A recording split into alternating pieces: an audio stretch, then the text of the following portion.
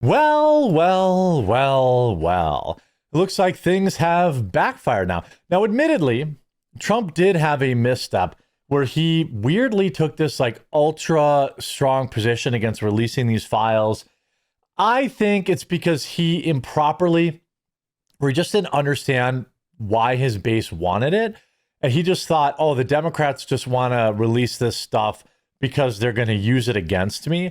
But finally, over the weekend, Barron, I think Barron got to him and said, no, Dad, this is not what people want these things released. They don't think you're on the list.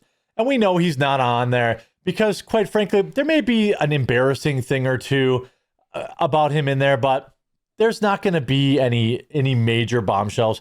The Democrats would have released it over the last 4 years, or they would have released it in 2016 when he ran for president, or they would have released it in 2020, or they would have released it in 2024. Anybody who doesn't believe that is a liar or actually stupid. But now that things have started to come out, not only do we have a Democrat lawmaker, but we have a Democrat connected with Harvard, Larry Summers, going down the second scalp of the release. And both of these guys, not good people. Let's get into it. By the way, I decided to just blow out my remaining Trump cookbooks. They make the perfect Christmas gift or stocking stuffer. I only have like 200 or 300 of each left. And I even have a few of the originals.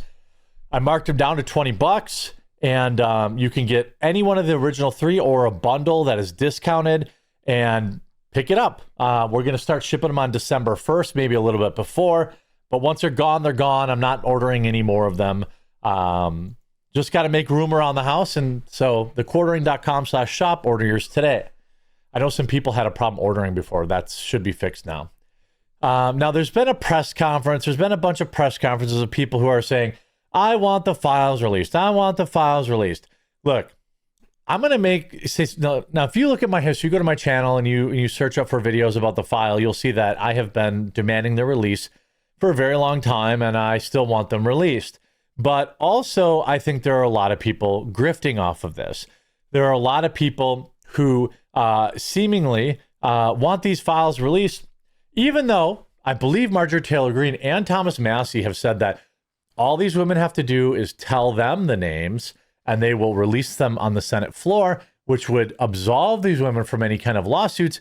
Yet none of these women have released anything. Now, I understand why they're scared, why they're nervous, but I am wondering at this point, like, are they just going to release it behind a paywall? Like, why haven't any of these women privately told Marjorie Taylor Greene or Thomas Massie or anybody else who said they'll release the names? I guess them fearing retribution is a very reasonable thing. A lot of people think what happened to Virginia Giuffre wasn't an accident. I don't know. I think she was deeply damaged. Terrible things had happened to her. And I think it's reasonable that, she was going through divorce and that maybe she had made bad decisions, or maybe someone did take her out. I don't know. But I think you have Marjorie Taylor Greene and all these women who are constantly doing press conferences talking about releasing it. I'm hoping that they just release it and we can be done with the dog and pony show section of this and get on to more interesting thing like Harvard's Larry Summers stepping back from public commitments in fallout over Jeffrey emails. He is deeply ashamed. What? Ex-Treasury Secretary for Clinton and Obama, and Harvard professor announced plans late yesterday to step back from public commitments amid the fallout from the emails.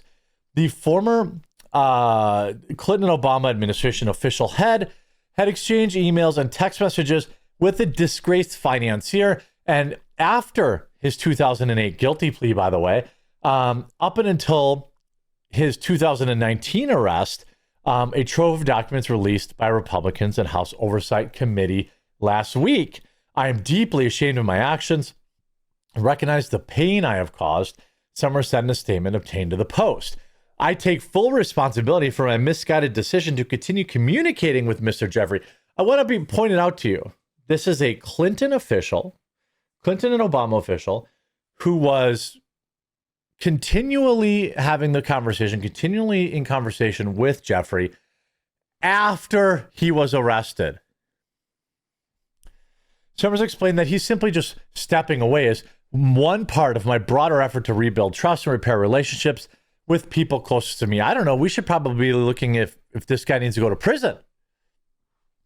The 70-year-old Harvard professor said he will continue to, quote, fulfill my teaching obligations at Harvard. I don't think that's going to happen. Aside from his post at the Ivy League school, Summers also serves on the board of directors for OpenAI, an interactive learning company, Skillsoft, a Bloomberg columnist, a regular New York Times guest essayist, and a senior fellow at the Center for American Progress think tank, among other gigs. Summers and Jeffrey appeared to have a very close relationship and discussed women, politics, and Harvard-related business in hundreds of emails exchanged between 2013 and 2019, the documents released by the Congressional Oversight Committee panel showed. In one missive, Summers joked that women were less intelligent than men. I observed that half the IQ in the world was possessed by women, without mentioning that they are more than 51% of the population. Summers wrote to Jeffrey in October 2017 without providing further context. Ha ha ha, funny joke. In another back and forth, in March 2019, Summers asked Jeffrey for romantic advice. Quote, I didn't want to be a gift in a gift-giving competition while being the friend without benefits, Summers told Jeffrey while discussing his pursuit of a woman, adding that, quote, she must be very confused or maybe wants to cut me off, but wants a professional connection a lot and so holds to it. Summers criticized Trump's first-term meeting with Russian President Putin. He was trying to hook up with a mentee. Do the Russians have stuff on Trump? Summers wrote. Today was appalling, even by his standards. Summers even asked Jeffrey if Trump was a coke user. A month before the president defeated former Secretary Hillary Clinton in 2016, their last correspondence was in March 2019, just months before his July arrest. The pair continued to text until days before his arrest. Last week, Trump directed the Justice Department to probe Jeffrey's ties with Summers, former President Bill Clinton, and other prominent Democrats and institutions. By the way, something I completely support. Jeffrey passed away in his Manhattan jail cell in August of 2019 while awaiting trial. Of course, it was ruled. My take is that there are huge names from, quote, both sides involved, billionaires, bankers, diplomats, world-leading politicians, entertainers, and it's a huge house of cards that nobody wants to see fall. Well, I want to see it fall. I don't care if my all-time favorite Republican is on that list. My all-time favorite MAGA person. I don't care if JD Vance is on that list. I want to know, and I want justice. This is one thing that I think Trump didn't understand about his base, and I count myself in his base, is that I actually don't care if Trump is on there and in a negative thing. I want him brought to justice then. Now, I can very clearly and confidently say I don't believe he's on the list because, we would know by now, certainly with all the Democrats' pathetic attempts to derail him. Lawrence Summers, former U.S. Treasury Secretary for Bill Clinton, stepped back after he shows that he asked Jeffrey for advice on pursuing an extramarital relationship with a female mentee.